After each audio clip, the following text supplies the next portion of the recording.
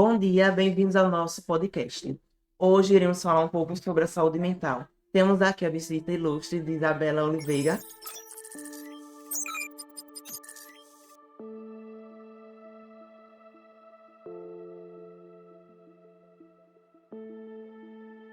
Geralmente, quais são as faixas etárias de pessoas que chegam em busca de tratamento psicológico? Jovens, adultos ou idosos? Então, a faixa etária ela é bem extensa. Ela vai desde crianças a jovens e adultos.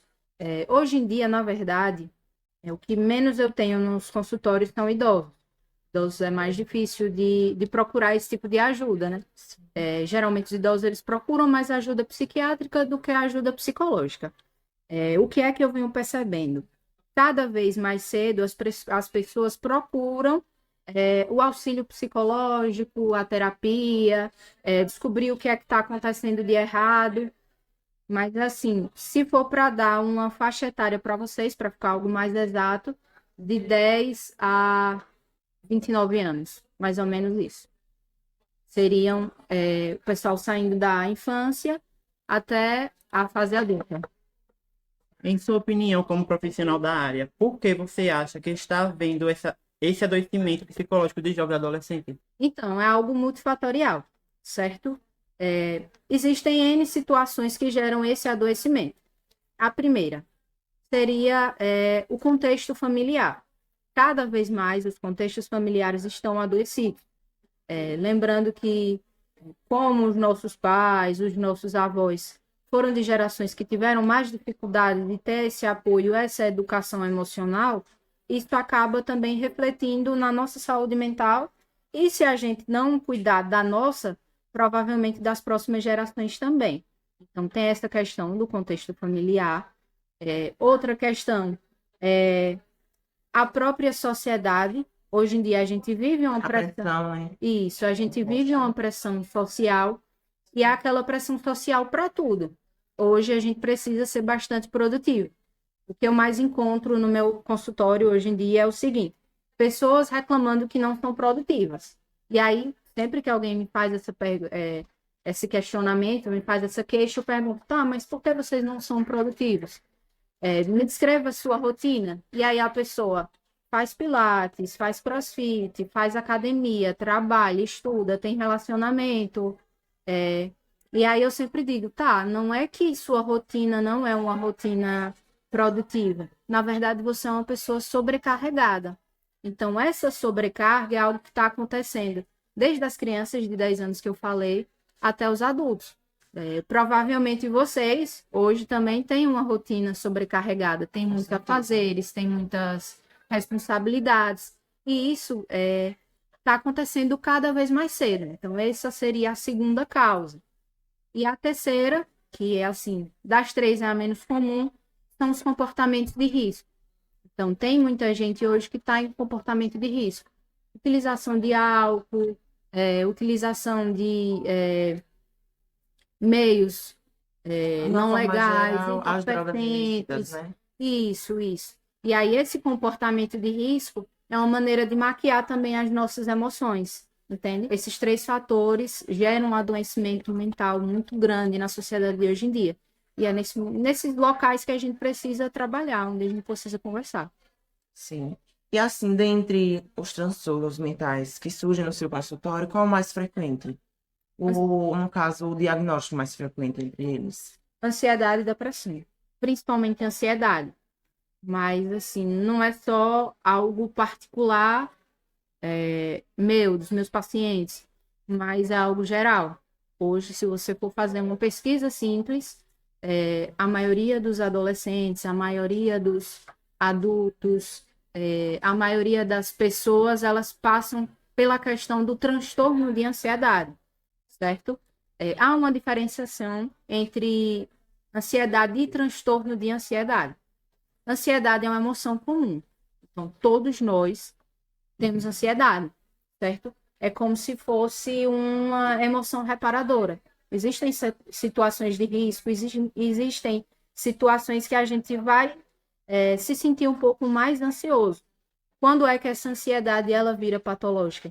quando a gente não consegue mais controlar o que a gente vai acontecer, o que a gente vai sentir, começa a sentir sintomas mais físicos, como taquicardia, sudorese, preocupação excessiva, e aí para de ser uma emoção normal, como qualquer uma, né? E passa a ser um transtorno. É como se fosse assim, é algo que vai atrapalhar muito a sua qualidade de vida. Você sempre vai estar com aquela sensação de que você está passando mal. Só que, digamos que lhe maltrata mais do que leva à morte, nessa questão do infarto do miocárdio, né?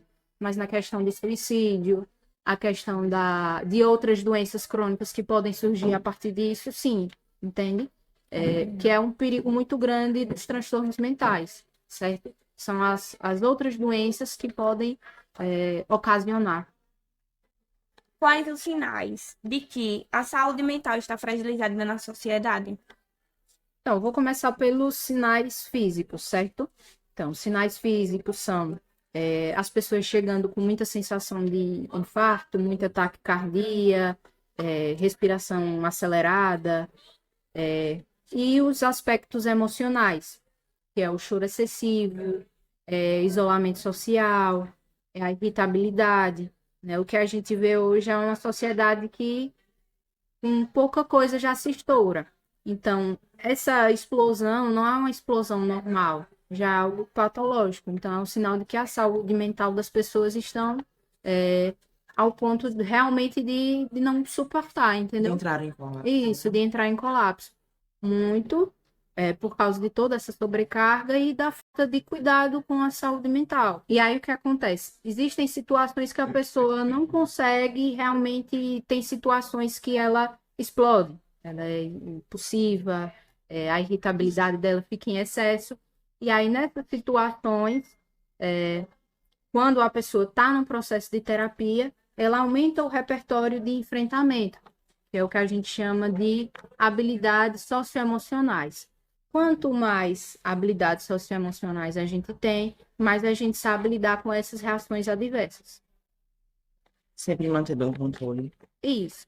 Sempre tentando manter uma forma de informar o que é que está nos desagradando, tentando resolver o que está nos desagradando, sem fazer isso de uma maneira que machuque. O próximo ou a si mesmo, né? Isso, isso.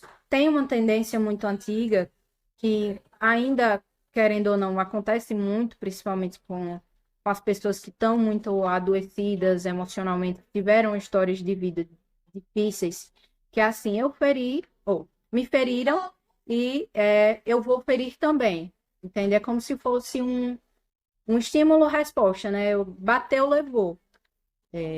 Só que assim, isso é um comportamento que é um comportamento muito destrutivo na questão das relações, entende? Se eu tenho um problema com você, se você me feriu, e a minha forma de lidar com esse machucado é ferir você também, como é que vai ficar essas relações?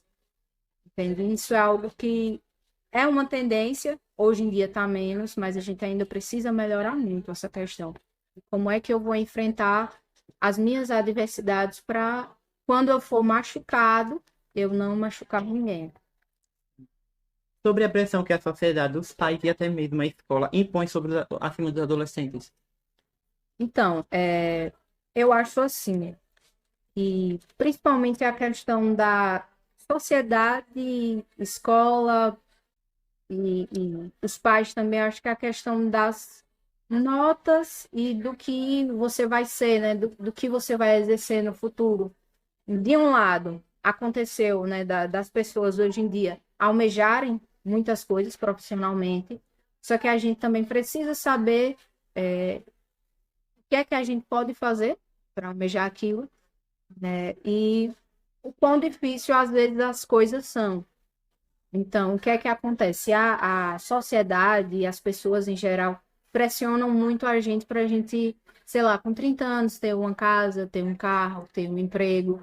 E assim. Já tem uma família estabilizada. Isso. Ter uma vida toda estabilizada. Só que assim, a concorrência que a gente tem hoje é muito diferente da concorrência que existia há 20 anos atrás. Nossa. Então, a gente precisa percorrer, por mais que a gente tenha acesso a muito mais coisa, a gente precisa percorrer um caminho para conseguir atingir aquilo. E o caminho que eu percorri vai ser um caminho diferente do que vocês vão percorrer, do que outras pessoas percorrem. Então, a gente precisa entender a individualidade de cada um, entende? Para a gente não querer que todo mundo se encaixe num método de vida, num tipo de ascensão, infelizmente não é alcançável para a gente. Então, a gente tem que ter esse cuidado também, né? Se essas metas que as pessoas colocam na gente, que a gente mesmo se coloca, são metas alcançáveis ou não. Então, eu sempre digo aos meus pacientes, né? A gente precisa sonhar, mas a gente também precisa ter sonhos realizáveis, entende? O pé no chão. E isso, precisamos ter o pé no chão. Por exemplo, vocês estão no terceiro ano, certo? Correto. Provavelmente estão estudando para o Enem, correto? Sim. Quando a gente está estudando, a gente tem um cronograma de estudo. Sempre que eu tenho pacientes assim que são preparatórios para o Enem, eu dou uma observada no cronograma de estudos deles. A gente não pode colocar além do que é saudável, além do que a gente vai dar conta. Da gente ficar feliz por aquilo que a gente está conquistando, de pouquinho em pouquinho, a gente se sente frustrado porque não conseguiu alcançar tudo, entende? Então, por exemplo, eu já estou quase chegando nos meus 30 anos. Então, talvez eu não tenha conquistado tudo aquilo que eu pensava quando eu tinha mais ou menos a idade de vocês. Mas será que tá tão ruim assim? Entende? E há uma pequena possibilidade, ou até grande, de que não realizemos tudo, né? Muitas das vezes a gente já realizou, só que a gente não percebe. Porque a gente tem a idealização de que a gente quer tudo grande, e muitas das vezes já realizou, já sentiu aquele sentimento, só que não percebe, Isso. pelo fato do próprio egoísmo. Essa idealização de uma sociedade perfeita, de uma Sim, vida pessoas perfeita, perfeitas. de corpos perfeitos. Então, tudo isso gera um adoecimento mental também. E quais as consequências dessas atitudes impulsivas, de ações sem pensar, no seu ponto? É a fragilidade das relações. Por exemplo, se eu tenho um relacionamento e eu não consigo lidar com a forma que eu penso, com a forma que eu falo, eu vou ter reações exageradas diante dos problemas, provavelmente eu vou ter um relacionamento muito mais conturbado, muito mais difícil. Porque, principalmente, eu não vou conseguir passar o recado que eu quero passar, né? A gente precisa conversar, a gente precisa ter um diálogo, mas esse diálogo ele tem que ter uma sabedoria dentro dele. Então, se eu grito, se eu me irrito com você, se eu uso palavras que vão lhe machucar, é muito provável que você não queira mudar, você não veja o meu ponto de vista. O meu ponto de vista está carregado de coisas que, na verdade, estão lhe machucando também. Então, aí a gente entra naquele meio de, pronto, você está me machucando, você está falando coisas que não está sendo para melhorar, você está me julgando, então a minha reação vai ser me defender. E aí, provavelmente, eu vou me defender de uma forma também que não é a melhor, uma forma agradável. Na sua opinião, o mau uso, no geral, afeta de forma negativa a saúde mental? Sim, porque a gente entra naquela óptica que a gente falou há pouco tempo atrás, da perfeição, né? Do aluno perfeito, do corpo perfeito, da vida perfeita. E assim, a gente não sabe o que está acontecendo, né? Quando a gente põe a nossa vida na rede social, a gente põe o que a gente tem de melhor. A gente utiliza filtros que na nossa realidade não existe. Não existe esse filtro. Então, por exemplo, a gente tira uma foto com um amigo, a gente faz uma declaração de amor, a gente posta uma viagem, mas a nossa vida não é E por aquilo. trás não é aquilo, realmente. Isso. Às vezes você tá feliz na foto, por trás da foto você tá bem triste. Isso. E assim, algo que a gente às vezes não percebe, né? Se a gente não... Virou uma rotina, né? Isso. E assim, quando a gente tá bem, quando a gente tá tendo uma conversa como a gente tá tendo agora, uma conversa aberta, a gente entende a diferenciação de que aquilo ali talvez não seja o real. Se for o real, é aquele real momentâneo, que é a vida das pessoas. Não é que elas são tristes, mas não é tão perfeita, tão sem defeitos como tá ali demonstrando na rede social.